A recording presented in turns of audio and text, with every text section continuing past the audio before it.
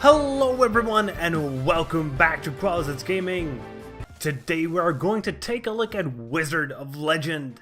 This action roguelike dungeon crawler promises action-packed gameplay, replayability, and great pixel art graphics. Whether it can deliver on these promises is the question we will try to answer today. Wizard of Legend is available on Steam for €15.99 for your regional equivalent. Another week, another roguelike game, but this time it takes the bit more traditional approach of a 2D dungeon crawler. So let us see whether 2D roguelikes can still compete or even outcompete with their 3D cousins. So let's begin with the most important thing in any game, the gameplay. And let me say this straight away. The core gameplay in Wizard of Legend is great.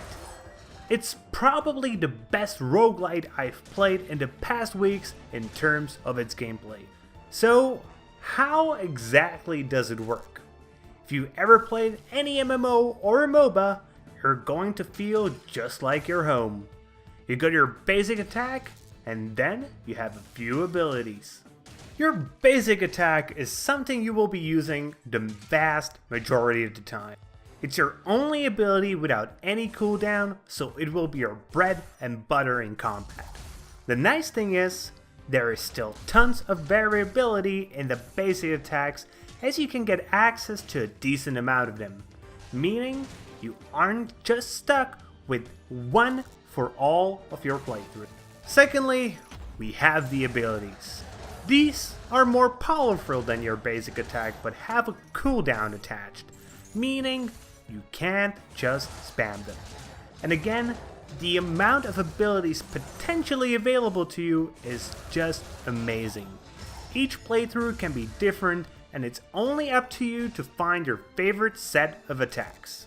Both the basic attack and abilities are divided into a few basic categories: fire, water, air, earth, shock, and chaos attacks. It is actually a good idea to try to have access to a broad selection of attacks, as some enemies have resistances to certain attack types, and sometimes you will even encounter treasure chests that can be unlocked only using certain attack types. You could probably spend hours to split all the abilities into smaller subcategories like attacks with charges, leaps, defensive abilities, etc, etc, etc. Seriously, I don't think I've ever seen such a huge amount of available abilities apart from big RPGs like Skyrim. But because of the need to be fast and precise in combat, Wizard of Legend, compared to these big RPGs like Skyrim that, well, tend to be slower, the combat in Wizard of Legend feels much more fun. So now we know that you have potentially access to a huge repository of abilities, but that doesn't mean you can just use all of them. At the very start of each session, you have access to only 4 types of attacks. One of them is your basic attack. Secondly, you have access to a short blink-like ability, then a stronger ability that has a cooldown, and lastly, an ability that is called the signature attack, which has a special charging mechanic attached to it. But beware, that doesn't mean you have to charge to use it. It just means that each time you attack with any of your attacks, your quote-unquote combo meter charges a little, and once it is fully charged, you have a short amount of time to use your signature ability in its ultimate, super powerful form. But that doesn't mean you are limited to just 4 abilities in your playthroughs.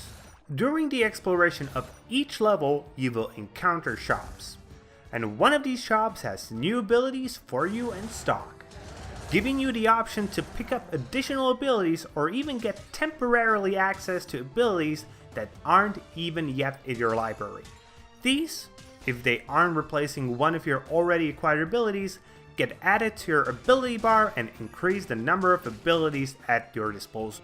But to get these, you need to spend gold. And gold isn't used only to buy new abilities, but also to buy items that make your character better, upgrades to your equipment, and probably most often, to buy one of the 2 guaranteed healing items in each level. Yes, most of the time you will also get a few drops of healing items from defeated enemies, but first of all, those heal for very little compared to the healing item you can buy. 25 health compared to 200 health.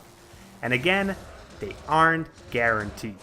The only other form of healing you will get is at the end of each level after defeating the boss, and even that healing is fairly low, ranging from about 50 to 75 health restored. But let's circle back a bit and talk about the items you can buy for gold. If you play carefully, already have a set of abilities you don't want to change, then you can spend a bit on buying these items. If this was an MMO, I think I would call them trinkets. They are separated into one of 3 categories: offensive, defensive, and miscellaneous. But honestly, they usually aren't that exciting. They provide you with things like, a chance to poison your enemies on attack, increased armor rating, crit rating, etc. There are a few pretty cool ones, like the one that gives you health whenever you defeat your enemies, but that one also lowers your total health, so you see there's always a trade-off. And on top of that, these are always very rare compared to the average ones. And last of all, when it comes to the base mechanics, there is the largest of roguelike features, the ability to progress between individual playthroughs. And this is done in a fairly standard way. Apart from the gold, which by the way is reset with each playthrough, you also collect gems. These stick with you, and in the quote-unquote city, you can buy the abilities and items and add them to your permanent repository. It's a tried and true way of doing things, and it does work fine. The only problem I have with it is the fact that it is somewhat hard to try out the abilities, because of the fact that you can only equip one at a time inside of the hub area. So let's say if you manage to get a lot of gems in your last run and you buy like 5 or 6 different abilities, it really isn't that comfortable to try them out, as you're forced to equip one, try it out, equip it, try it out, and it's not always completely obvious which one will you like the best from just trying them out on training dummies. Okay, man, I seem to have gone on a writing spree with the mechanics today, but having a great set of base mechanics is awesome. But it would also be useless if you didn't have enemies to use them on. So let's now take a look at the enemies. And similarly to the abilities, the variety is there is a good amount of different enemy types, ranging from your basic mindless zombies, going through different kinds of knights, and ending with several types of magic users.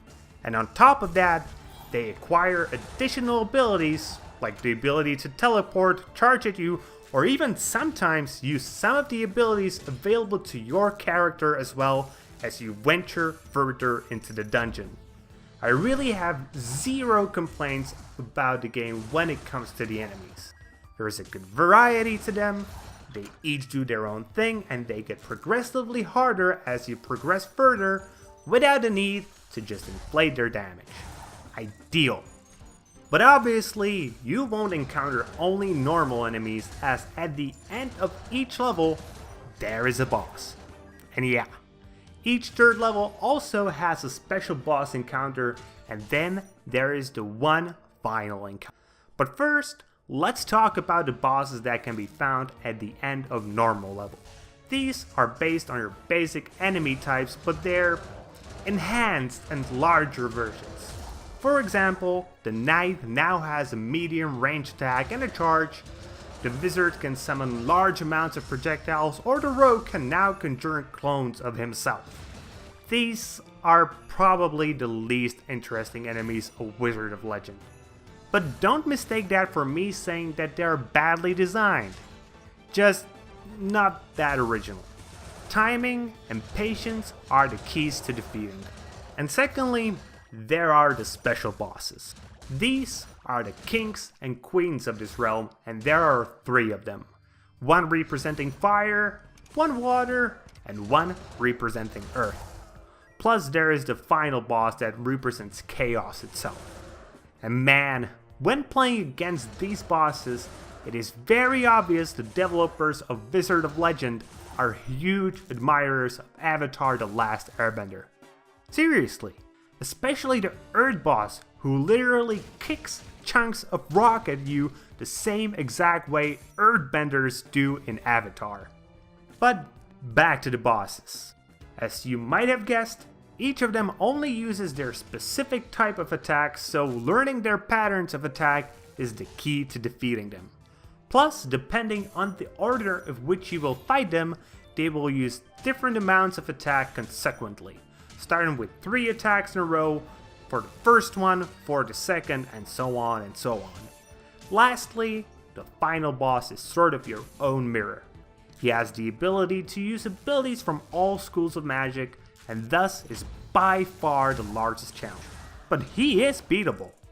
The last thing we should take a look at when reviewing Wizard of Legend is the procedural generation. And I feel the devs took the route of partial procedure.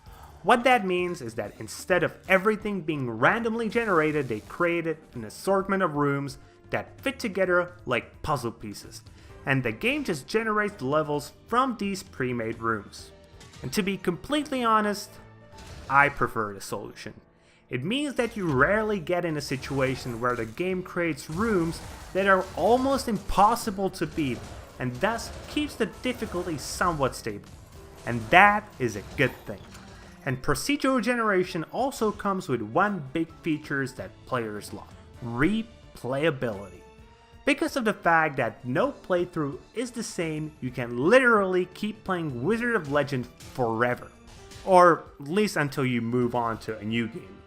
But you can always come back, essentially giving the game infinite value. Now that is what I call a good deal. Now, I finally feel like I said enough about the game. Thus, it is time to move on to the graphics. And as you can see from the video, Wizard of Legend opted for a classical pixel art style. And man, was that a great choice. Obviously, a hand-drawn or even a rendered isometric style could have worked as well, but I'm a sucker for well-done pixel art, and the artists that work on this are obviously seriously talented pixel art creators. I can't give a single complaint about it, and I can only wish that one day I will be capable of creating such quality pixel art. Awesome job. Next, we need to take a very quick look at the music and sound effects. Starting with the music. It's pretty decent music. Nothing I would write home about, but it does have that sense of epicness to it. But the sound effects, those are actually awesome. They manage to perfectly convey the power of your spells whenever they land. In terms of the game's performance, there really isn't much to talk about. The game ran flawlessly, and I never encountered any bugs, nor did I experience any crashes. This is how a game should be released. So, in conclusion, Wizard of Legend is an awesome game. Seriously, the core gameplay loop is fun and satisfying. The enemies never feel like they're just repeating themselves, the bosses are unique and have a nice flair to them. Graphically, the game is an example of how great pixel art can be, and the game runs flawlessly on top of that. Add the fact that the game provides you with hours and hours of fun until you beat it fully, and is essentially replayable ad infinitum, and you get one hell of a value deal. So, if you have even the slightest inclination towards liking roguelike games, and you aren't bothered by the fact that it isn't a 3D game, go and buy it now. And honestly, even if you do prefer 3D games, go and buy it either way. It's just that good. So that's it for today, guys. Hope you liked the review, and if you did, please consider liking the review and subscribing to the channel. And comment if you have something you would like to add. See you guys later with more gaming content.